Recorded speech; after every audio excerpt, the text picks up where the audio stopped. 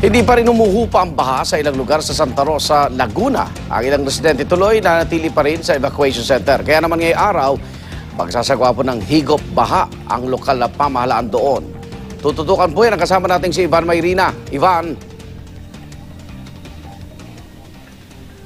Yes, magandang umaga, Igan. Kung dyan sa Metro Manila may ilang lugar na kilala na bahain, tulad halimbawa ng Malabon, ilang lugar sa Maynila, ilang lugar sa Valenzuela. Dito sa Santa Rosa, Laguna, itong barangay Macabling, partikular itong ating kinatatayuan sa Sitio Iraq, ang kilala na pinakabahaing lugar dito sa buong bayan ng Santa Rosa. Katunayan itong araw ng Lunes, kung saan nanalasa ng husto itong habagat, ay umabot daw ng lampas tao ang baha dito sa ating mismong kinatatayuan. Kaya naman hanggang ngayon, may 5 araw na nakalipas, ito, na ganito pa rin ang baha. Halos abot tuhod pa rin ng ilan nating mga kababayan at hanggang ngayong araw na ito ay nasa 25 pamilya pa ang nananatili sa mga evacuation centers. Sa punto ito, Igan, kausapin natin si Kapitana Itchel Ongiko ng Barangay Macabling. Magandang umaga, Kap. Magandang umaga po sa inyong lahat. Kapitana, unang-una, ano ho yung nagiging sanhi ng pagbaha dito? Bakit ho itong lugar na ito partikular ang laging binabaha tuwing malakas ang ulan? Yun nga po, sa sobrang paglaki po ng tubig sa ilog, dito po sa tinatawag na dam.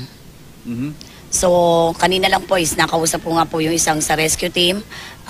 Possible po ba na ano po yung una maging project o solusyon namin dito. So, nasabi po niya sa akin, as of now po, inabot nga lang po ulit tayo ng kalamidad, pero nakaplano na po na ayusin at tatanggalin na po yung naandun po sa may dam na nagbabara. Pero sa tuwing umuulan ho at talagang halimbawa ngayon may habagat, gaano ho kasama o gaano katindi ang pagbaha dito sa inyong lugar? Sir, talagang ano po, malaki po ang nagiging problema. Tumataas po talaga palagi ang tubig. Kaya po sa gabi pa lang kami po ay nag-aabiso na ng mga maglikasan na po ang mga tao na napapalibutan po ng malapit pong lumaki po ang mga tubig sa mga kanilang mga tabi ng bahay. At mga kapuso, ngayong umaga nga po, sisimulan ng barangay ang ating higop baha. Medyo mano-mano ho ang ginagawa nating higop baha dito, Kap?